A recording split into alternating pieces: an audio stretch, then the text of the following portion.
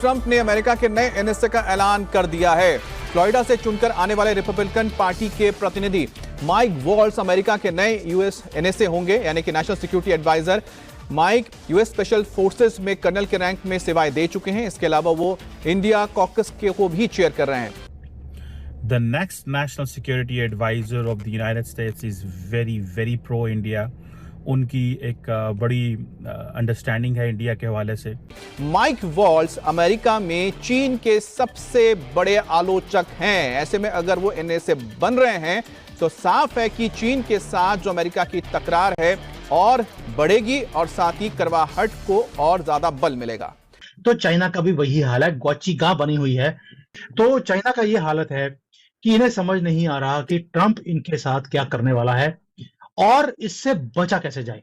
Doctor Jaishankar कह रहे हैं कि ट्रंप के आने से बहुत सारे मुल्क नर्वस हैं, इंडिया नर्वस नहीं है। वो बात ठीक कह रहे थे वो। और ट्रंप के आते ही इन्होंने 10 ट्रिलियन युआन, जिसमें से आपको 1 रुपया भी इन्होंने दिया नहीं है और 2 टका भी नहीं दिया आपको, वो सारा इन्होंने रिलीज कर दिया चाइनीज गवर्नमेंट ने अपने कंट्री के अंदर। अमेरिकी कांग्रेस के अंदर हर कोई भड़ के इंडिया के साथ लॉयल्टी शो कर रहा है, और लॉयल्टी शो करने का जो मकसद है वो यही है कि उनको पता है कि आइंदा आने वाले दिनों के अंदर जो इंडिया है उसके साथ अगर वो रवाबत नहीं अच्छे रखते तो एक तो जारी बात है how to compete with China.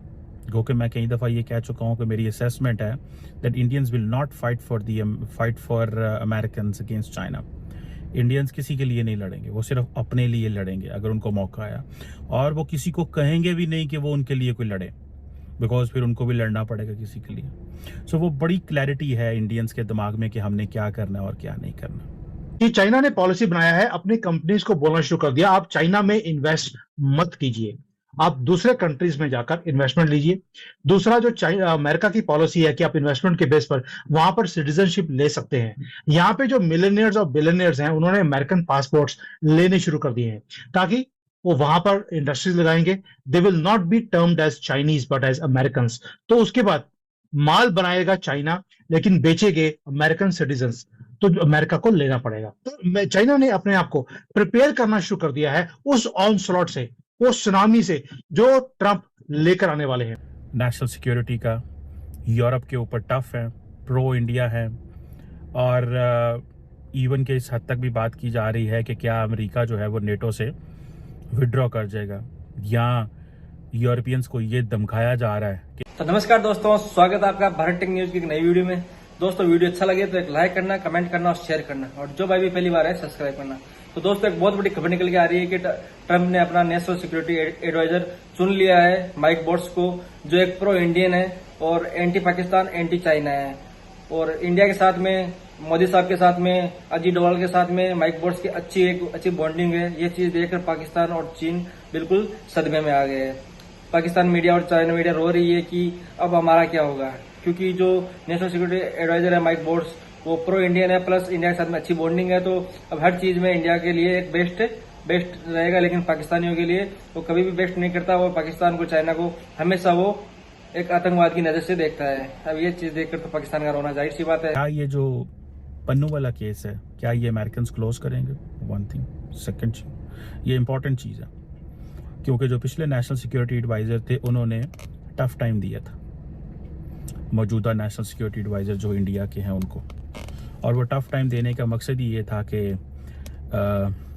होता पता क्या है, जब आप समटाइम्स इंगेज करते हैं, राब्तों में होते हैं, तो देन आप जब इंगेज करते हैं, राब्तों में होते हैं, तो आप बहुत सारी चीज़ों पे इकट्ठे सोच रखते हैं और बहुत सारी चीज़ों में आपकी सोच इकट्ठी नहीं होती। इंडिया के साथ जो उनकी जो डाइवर्जेंस थी वो बढ़ रही थी मुख्तलिफ इशूज़ पे, क्योंकि इंडिया बार बार स्ट्रेटेजिक इकोनॉमी की बात कर रहा था। इसीलिए उन्होंने कनाडा को आगे किया। और मैं एक बात बताऊं, कनाडा के लिए भी एक वार्निंग होगी, और ये इंडियंस की तरफ से ये वार्निंग जो है वो समझ लें कि अगर माइक वॉल्स जो है वो ये समझते हैं कि हमें ये पन्नू वाले केस को डाउन प्ले करना और इंडिया के साथ ताल्लुकात ठीक करने हैं, तो कनाडा के लिए भी मसले पैदा होंगे, because Canada did it all for the American political administration.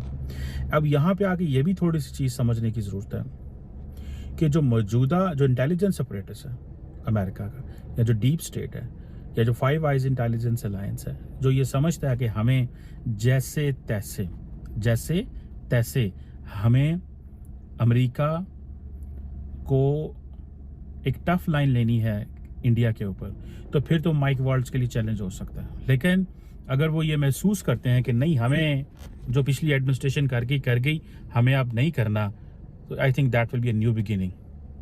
और ये जो नई बिगिनिंग है, ये basically that is going to be very beneficial for the Indian government. सबसे इंपॉर्टेंट चीज़ है ना, वो यूरोपियंस के लिए होने वाली है, क्योंकि अगर अमेरिकन ये कहते हैं कि यूरोप अपना they should pay there part of the share, मेरा ख्याल है बेल्जियम और France already they pay 2% of the GDP, if I am not wrong, in the जो नेटो के अंदर। अगर अमेरिकन ये कहते हैं कि हाँ जी यूरोपियंस अपना बंदोबस्त करें, एंड अमेरिकन ये कहते हैं कि हम यूक्रेन रशिया वॉर जो है उसमें कंक्लूजन के बगैर ही चीज़ें थोप देंगे यूरोप के ऊपर, यूक्रेन के ऊपर, तो Russia will be more assertive. जब दिल करेगा रशिया जो है वो, अच्छा, द मोमेंट अमेरिका वॉर बंद करवाएगा, सैंक्शन से पीछे हटेंगे, क्योंकि जब डोनाल्ड ट्रंप कहता है मैं पुतिन को कॉल करूंगा, मैं ज़ेलेंस्की को कॉल करूंगा, और ये बेसिकली इन्हीं का आइडिया है, ये नेशनल सिक्योरिटी एडवाइज़र जो है, वन ऑफ द आइडियाज़। आप देखें ना, अभी मेरा ख्याल है इसी हफ्ते डोनाल्ड ट्रंप और जो बाइडन की मुलाकात है, ट्रांजिशन शुरू हो गई है अमेरिका के अंदर। The more there is a transition, the more there is a possibility के दुनिया जो है वो अमेरिका की तरफ देखने वाली है। डॉक्टर जयशंकर ने बिल्कुल सही कहा, the world is nervous but India is not nervous, because India America की साथ पार्टनरशिप, कॉम्प्रिहेंसिव ग्लोबल पार्टनरशिप में भी है, but India also talks of multi alignment that frustrates the Americans and the western world. So मुझे ऐसे लगता है कि एक ये चीज़ है। दूसरा, इंडिया जो है वो नए नेशनल सिक्योरिटी एडवाइज़र से कहेंगे कि भाई साहब आप ये जो हमसे वादे किए हुए हैं, अब जितने भी वादे पिछली एडमिनिस्ट्रेशंस ने किए हैं और वो वादे रुकते जाते हैं, अब इंडियंस उसके ऊपर इस नई एडमिनिस्ट्रेशन को कहेंगे वो वादे पूरे करें। आपको याद है कि ट्रम्प ने जो पहली स्पीच की, टेलीफोनिक कन्वर्सेशन की, तो मोदी साहब की अगर आप स्टेटमेंट पढ़ें तो स्टेटमेंट के नीचे लिखा हुआ था कि defence, technology, security, cyber security में आपके साथ काम करना चाहते हैं। पहले दिन ही कह दिया था। अब इंडिया ने अमेरिकन को कहना है कि वो जो वादे किए हुए हैं वो टेक्नोलॉजी ट्रांसफ़र करो एंड स्टेप बाय स्टेप हमारे साथ इंगेज करो, और वो ये जो रुकावट ना पैदा करो। अगर आप एक चीज़ हमारे साथ करते हो दैन उसमें रुकावट पैदा कर देते। जो बाइडन आए थे G20 में और उसमें बड़ी लंबी चौड़ी मुलाकात हुई थी, एक दिन पहले आए थे और वो उन्होंने बड़ा किया। आपको पता है कि उसका क्या इम्पैक्ट हुआ? उसका इम्पैक्ट ये हुआ कि इंडिया और अमेरिका के जो ताल्लुकात है वो नेक्स्ट लेवल पे चले गया।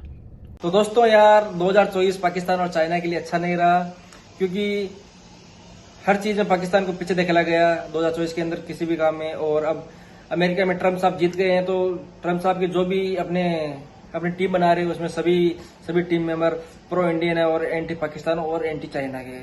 अभी ट्रम्प साहब ने अपना नेशनल सिक्योरिटी एडवाइजर जो चुना है वो भी एंटी पाकिस्तान, एंटी चाइना है और प्रो इंडियन है, और इंडिया के साथ में अच्छी ही उसकी बॉन्डिंग है। अब ये देख रहे हैं पाकिस्तान के तो हालात खराब ही हो गई, पाकिस्तान और चाइना, क्योंकि पाकिस्तान और चाइना यार होना जाहिर सी बात है। 2024 में ऐसा एक भी अच्छा काम नहीं हुआ तो पाकिस्तान के लिए अच्छा हो। जो भी काम हुआ है हर काम पाकिस्तान के लिए बेकार हुआ है। अब हर चीज में इंडिया के लिए बेस्ट हुआ है। ट्रम्प साहब का जीतना भी इंडिया के लिए बेस्ट है, और अब जो ट्रम्प साहब की जो टीम बन रही है वो भी पूरी प्योर प्रो इंडियन बन रही है। तो ये देख कर तो पाकिस्तान का होना जाहिर सी बात है। तो दोस्तों आपको वीडियो कैसा लगा? वीडियो आपको अच्छा लगा हो तो एक लाइक करना और कमेंट करना और शेयर करना, और जो भाई भी चैनल पहली बार है सब्सक्राइब करना। जय हिंद, जय भारत।